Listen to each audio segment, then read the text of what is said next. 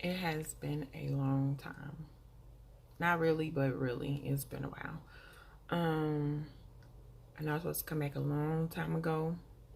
And what's crazy is I look at all these other YouTubers and I'm like, it's not that hard to update. It's not that hard. It really is, even though I haven't really done anything. It really is hard. But anyway, I'm not going to banter on. I have my little notes here because it has been almost 6 weeks. Yeah. So here we go. At this moment, I didn't realize it would be a 30-minute video, but it is. So bear with me. I had my open myomectomy. There were a total of 9 fibroids removed. That was on Thursday, January the 10th. And I keep looking down because my little notes are right here. That was on Thursday, January the 10th. And I think that's when my last video was. If I'm not mistaken, I was still in the hospital at that time. So that was on Thursday, January the 10th. Had the surgery. Everything went great. Initially, there were 6. Well, they said they saw 6 per MRI. But when they went in there, it was a total of 9. My surgeon is so freaking bomb. She called one of her partners in because there were 2 that she wasn't 100% sure that either that she could get or that she would be able to successfully get. And their goal is to not have you under anesthesia.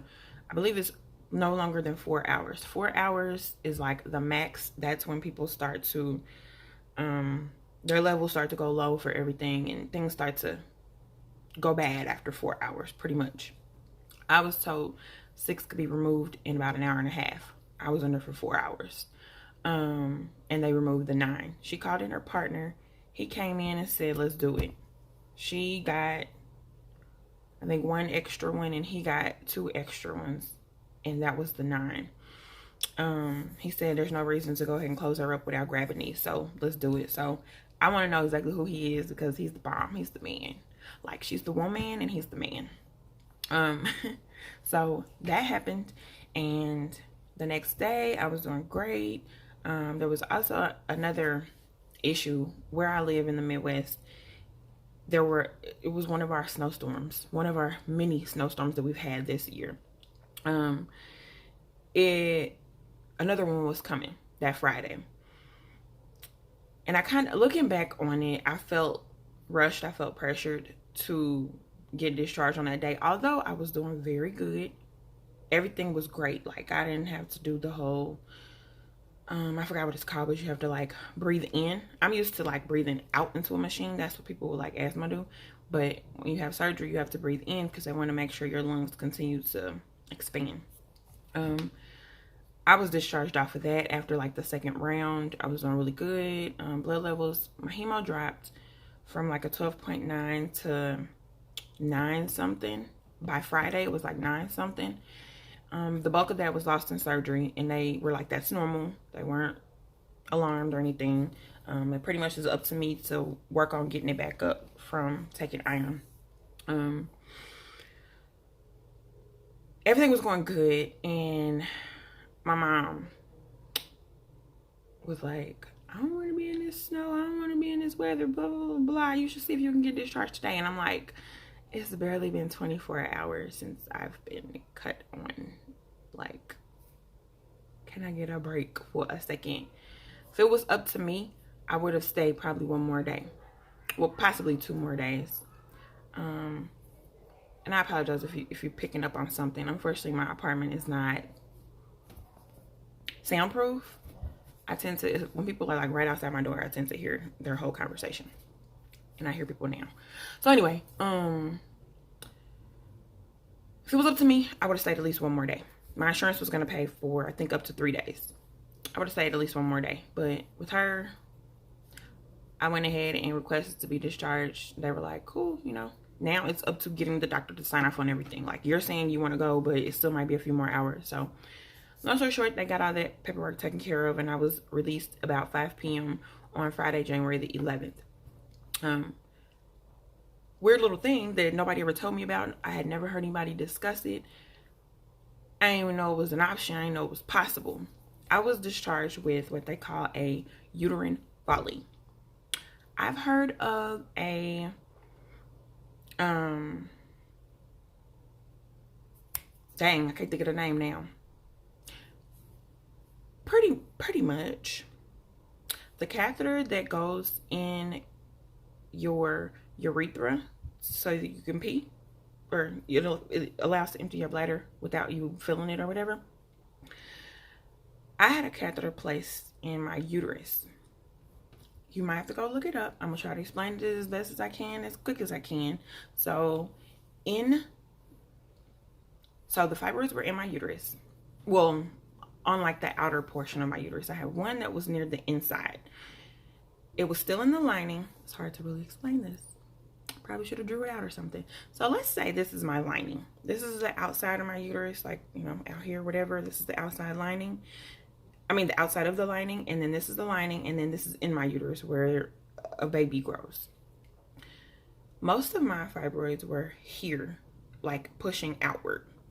Okay, so they were able to go from the outside, cut, get it on out, stitch it back up. Okay, cool.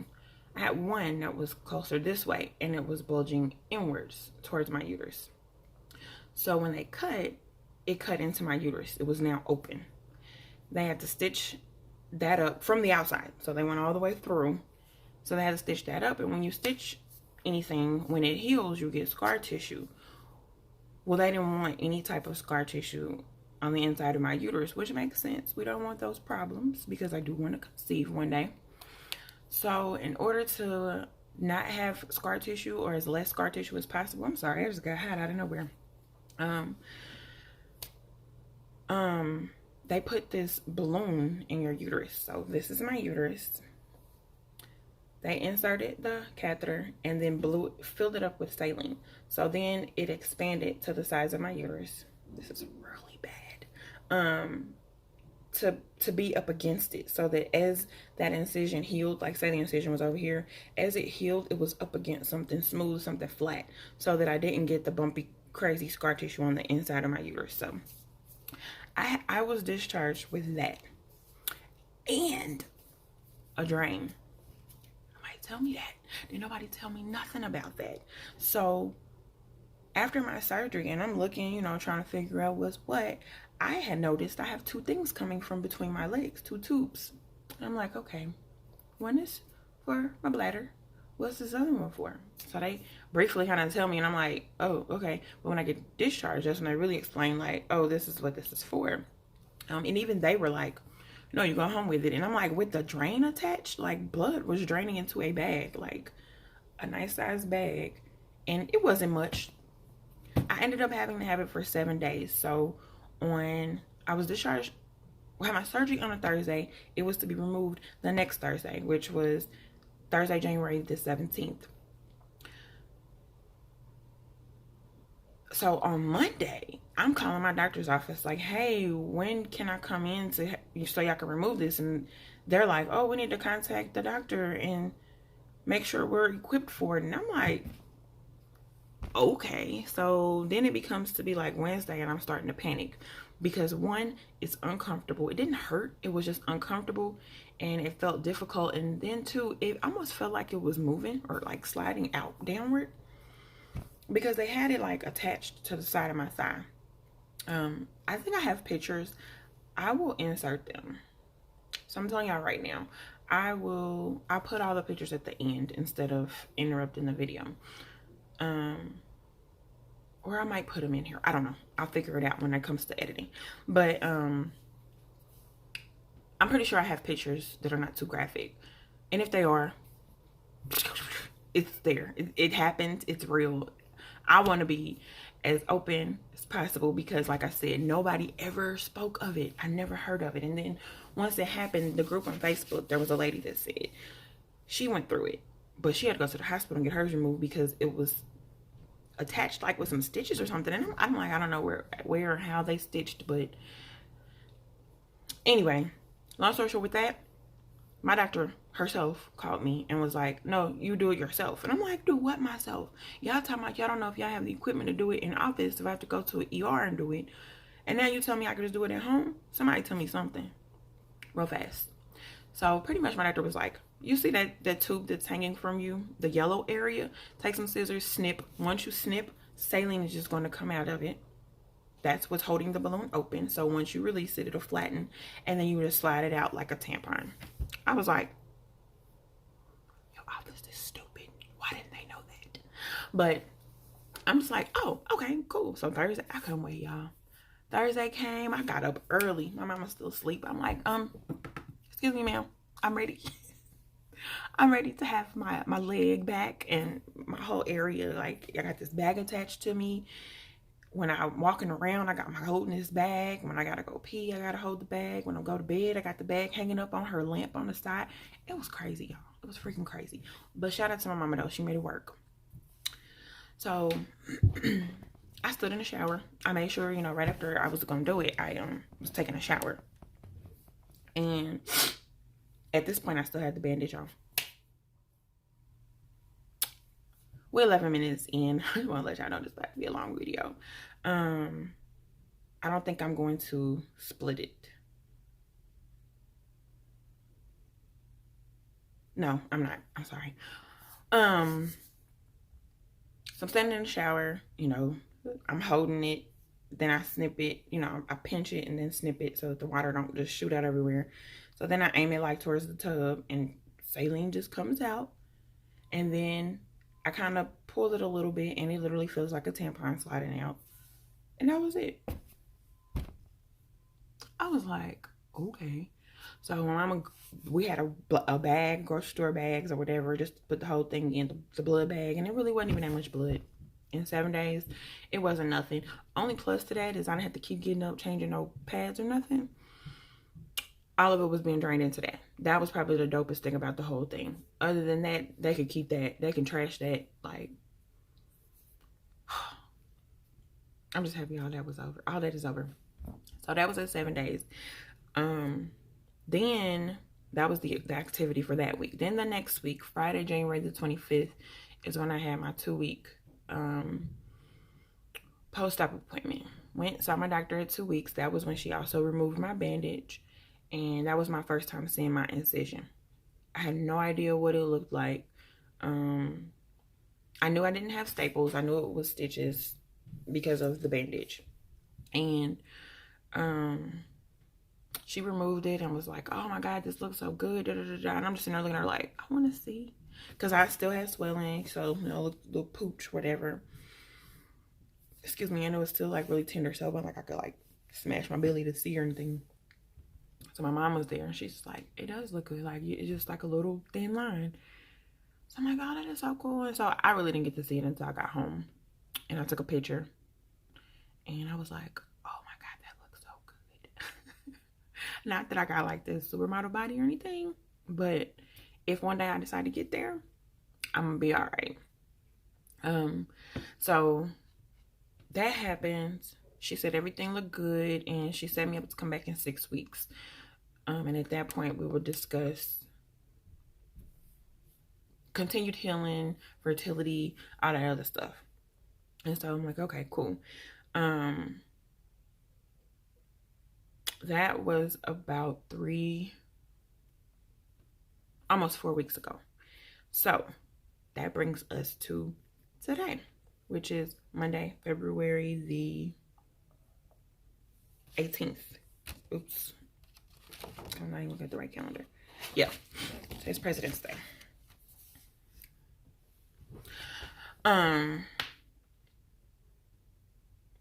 Little backstory type situation.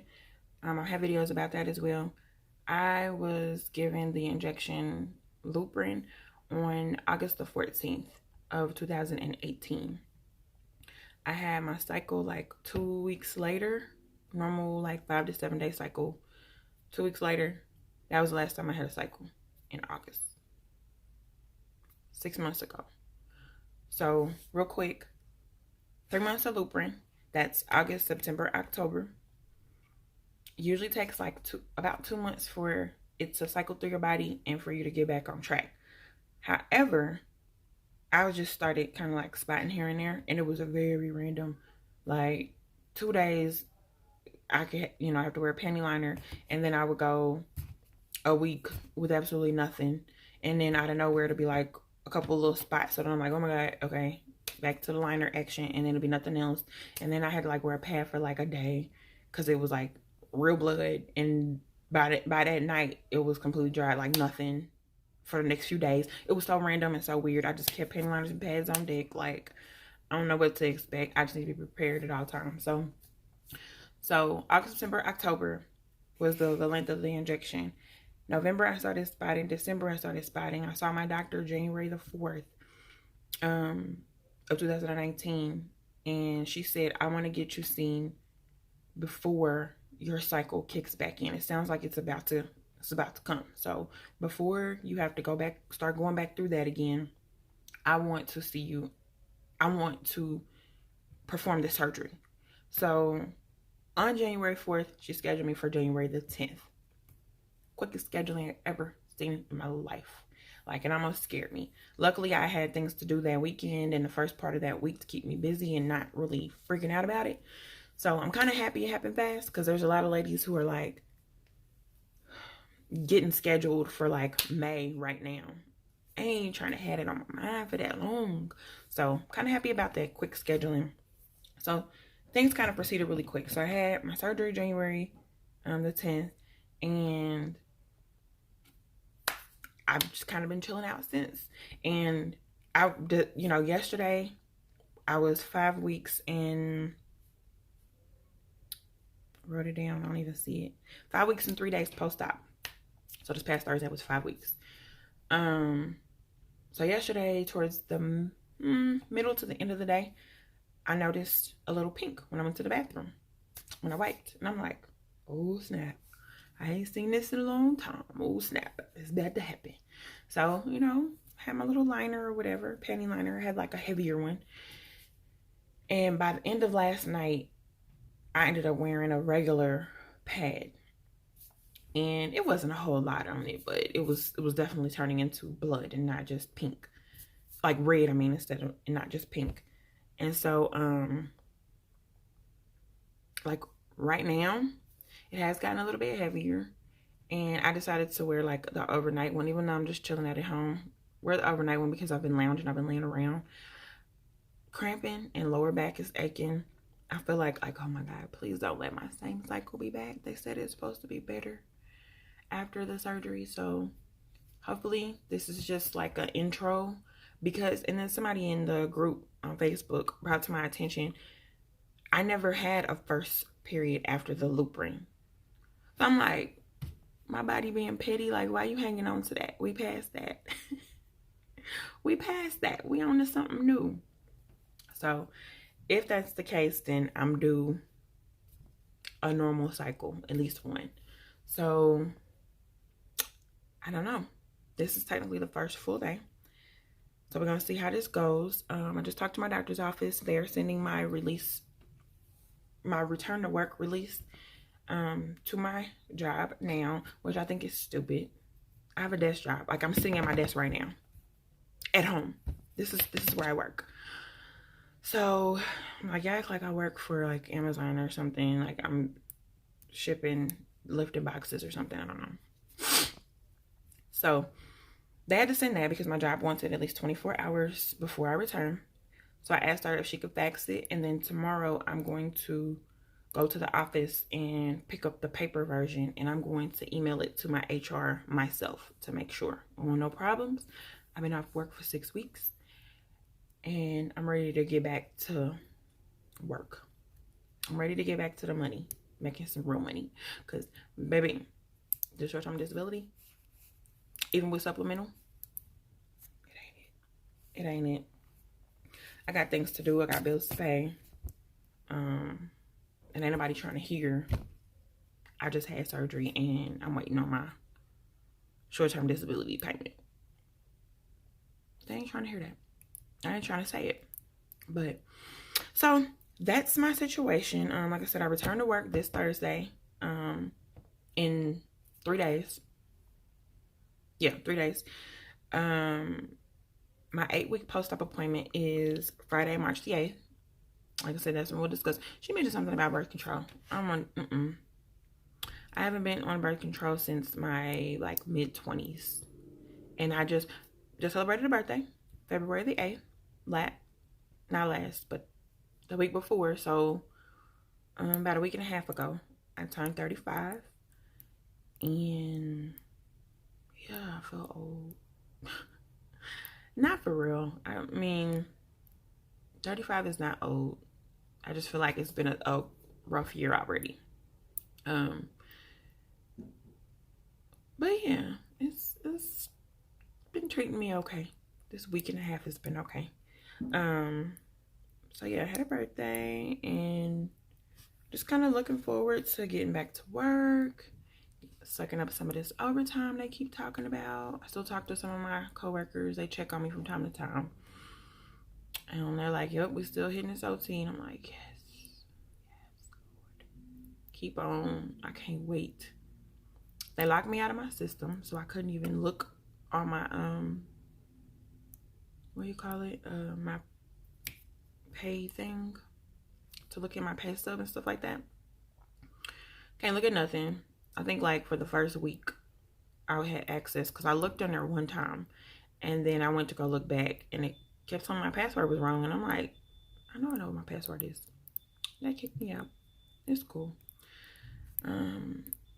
Probably like tomorrow I'll clean my desk off because it's getting dusty.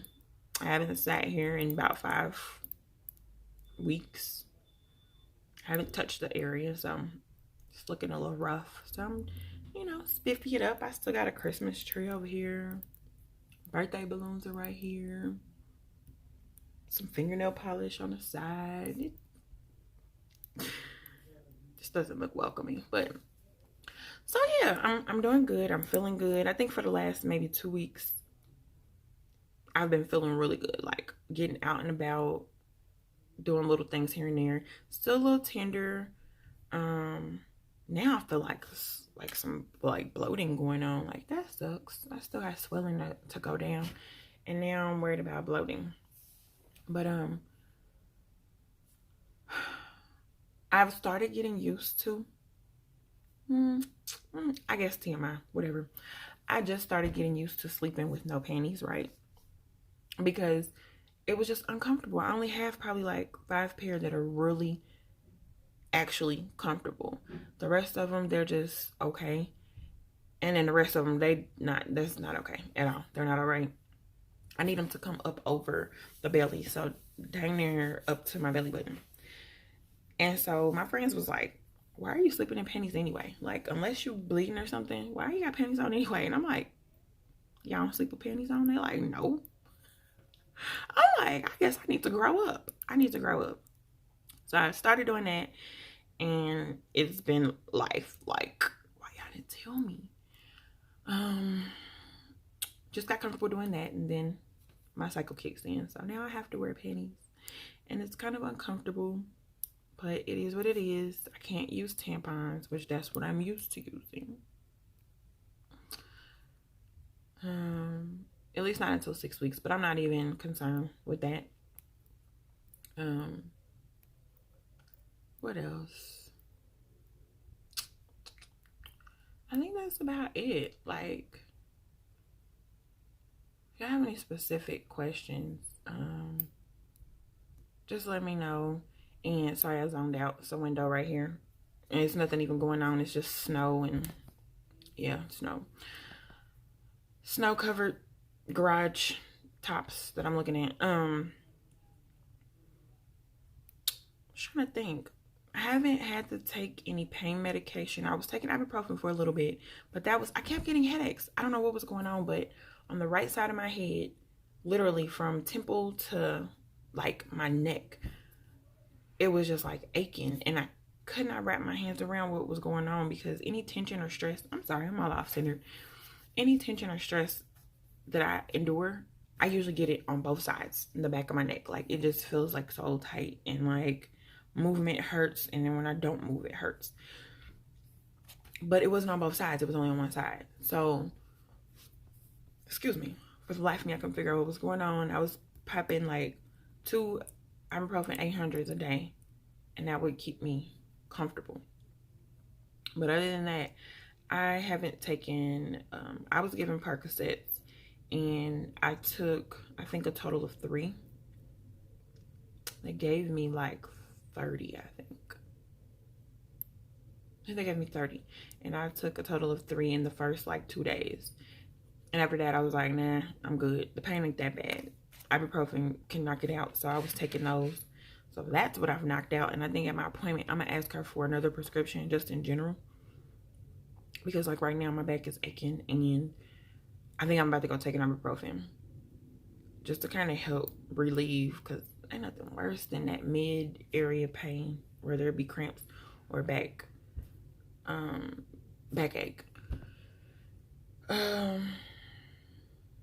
My incision still looks really good. I lay on my back and press my belly often because it's a great feeling to press and not feel that hard knot. It's just soft and fluffy. What else? Incision looks good. My body, I feel fine. I'm just good. I'm good. I'm happy. I'm happy all of this is over with. I'm progressing. I'm moving along.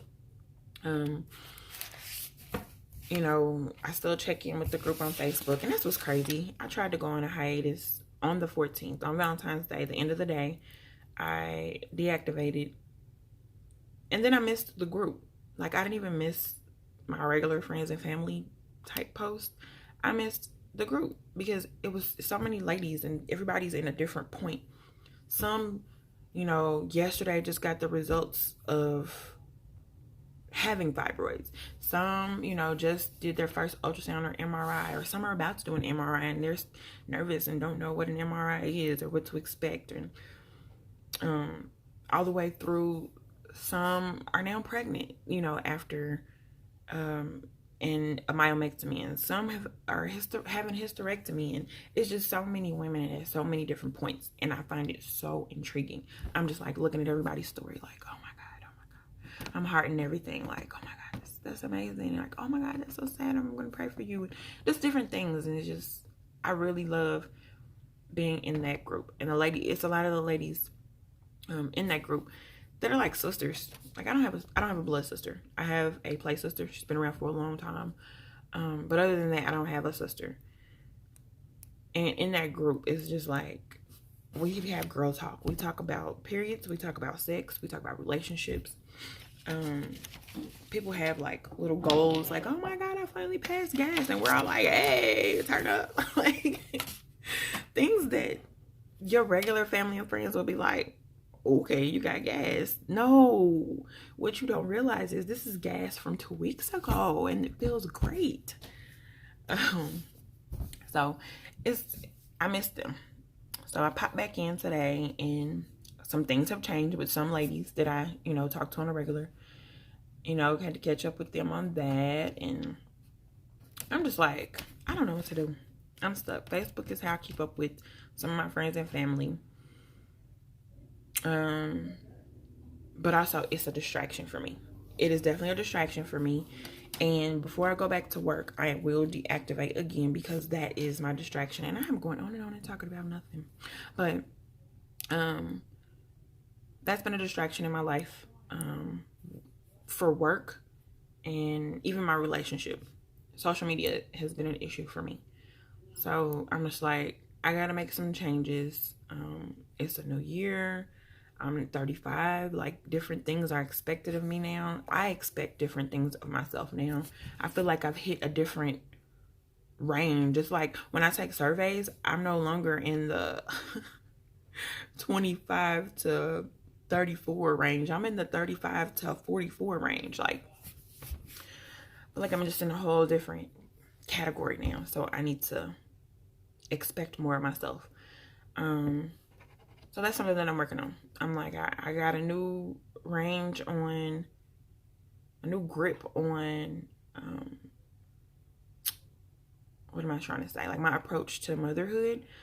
So I feel like I need to carry myself as such. I need to treat myself as such. So, you know, treat my body better, treat my mind better. treat my bank account better. So it's a lot of things I'm working on, saving and getting better with that, and time management, getting better with that, and just a lot. It's a lot that I'm about to start working on. I've already started for some things. I just need to hold myself accountable.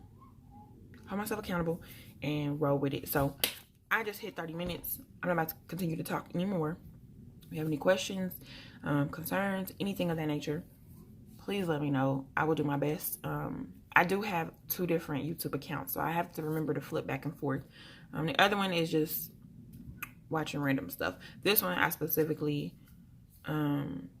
interact with those like myomectomy, fertility, pregnancy, all that kind of stuff. I'm on this account, and I tend to teeter. Sometimes that's my only goal, and I stay on this account and I get notifications from this account only. And then there's other times where I just want to take my mind off everything. I'm starting to feel overwhelmed or stressed about it, and I'll log out of this account and I'll go to the other one, and I'll just be entertained. Pretty much that's what that is. And lately that's what I have been doing, so I can't forget about this account. It means more to me than the other one, honestly, because this is a real life journey of mine. The other one is everybody else's real life. This one is my real life. So yeah, I will make sure that I attach photos either now or in their appropriate places whenever I was discussing something. So I'll make sure I place the fibroid photos, incisions, stuff like that. The drain, not necessarily the drain, but the way the thing was coming out of me, the folly or whatever. So y'all be blessed. Y'all be great. Be great to yourselves. Be great to others. And I hear a little baby outside. That just warms me. Somebody is outside with their kid. Y'all hear that baby? Well, not a baby. It's a child. Anyway. Be great to yourselves, great to others, and leave me whatever comments, questions that you may